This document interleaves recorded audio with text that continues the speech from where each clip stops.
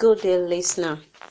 Welcome to HDS 201, African Response to European Invasion, Study Session 1. Introduction. Factors responsible for European invasion of Africa. 1. Economic factor. In this session, you will explore the historical background and the economic factors that precipitated the European invasion of Africa. For the purpose of this unit, emphasis is on the economic reasons, such as the quest for raw materials, the search for markets, and investment of surplus capital. Learning outcomes.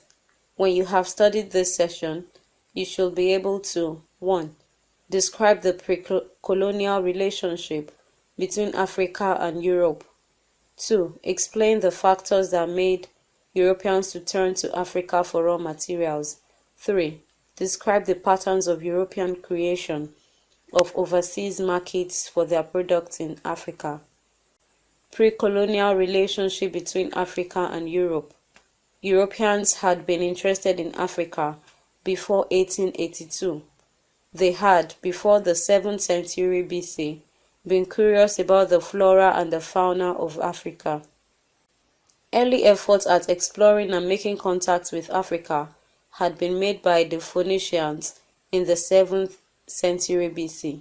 However, it was in the 15th century that a systematic and government-backed attempt at exploring and making contact with Africa really began.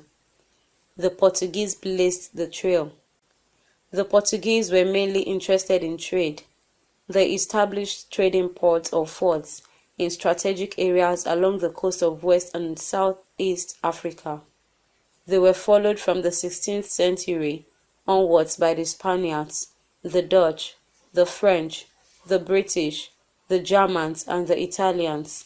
Although they purchased African products such as gold, ivory, and pepper, they engaged largely in the slave trade, which had begun in the 16th century. Abolition of slave trade and Europeans in Africa. African states and kingdoms, both on the coast and in the hinterlands, retained their independence. The sovereignties of their rulers were in no way subverted by the European traders and visitors. After the abolition of the slave trade, Europeans became increasingly interested in African products. Their activities were supported by their various home governments, whose interests had transcended trade to acquisition of territories. From the foregoing, one can realize that the invasion of Africa by Europeans did not begin in 1982. It is a phenomenon which began a long time ago, but whose momentum increased tremendously during our period of study. Reasons for European conquest of Africa. The quest for raw materials for the manufacturing industry in Europe. The Industrial Revolution was launched in Europe early in the 19th century.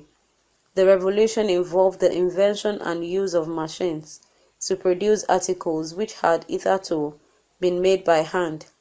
As the revolution took off, these various countries needed raw materials such as cotton, palm oil, ivory, and rubber to keep production going in their manufacturing industries. These raw materials are products available abundantly in the tropical regions of Africa. Consequently, the continent became the focus of attention of the industrialized Europe countries. The search for markets. Industrialized European countries also needed markets for the sale of their manufactured products.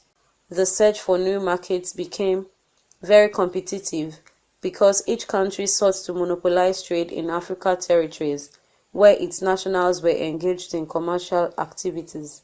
The establishment of trade monopoly was undertaken through the introduction of high tariffs or custom duties directed against goods from other European countries.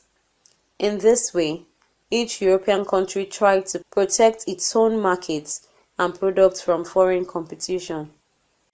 The result of this development was that European countries such as Britain, France, and Germany became rivals in their search for exclusive areas of trade in Africa, each trying to edge the other out by imposing high tariffs on each other's goods. Protective tariffs in Europe and the search for African markets. Traders from Britain, France, and Germany, who were adversely affected by the protective tariffs of their industrialized nation, petitioned their respective country in Europe. Britain was more adversely affected by the protective tariffs than other European countries. It became imperative for any European power seeking exclusive market in Africa to acquire colonies in the continent in order to guarantee free enterprise for its traders and industrialists and protect its goods from foreign competition. Thus, acquisition of colonies in Africa became one of the core cornerstones of the policies of industrialized European countries.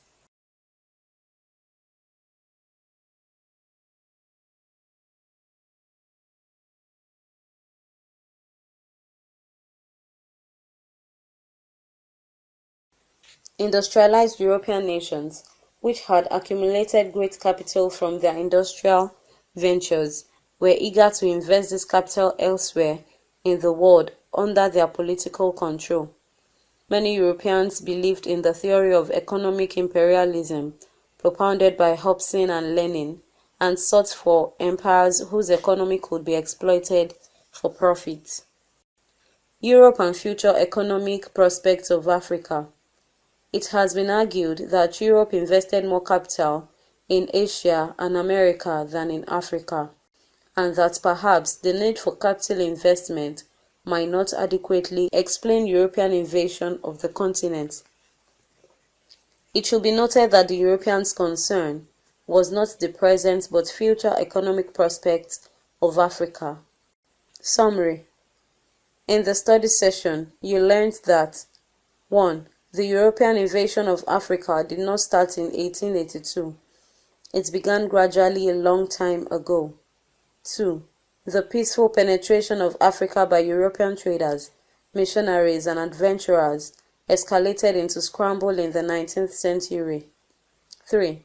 The economic reasons responsible for the scramble for territorial acquisition of the continent are the need to obtain raw materials for manufacturing industries in Europe, the need for markets for the sale of manufactured products because industrialized nations had produced goods more than their home markets could absorb. European countries in the 19th century possessed huge capital which they had accumulated from the gains of Industrial Revolution, the desire to acquire territories in Africa where they could profitably invest their money. End of study session 1. Thanks for listening.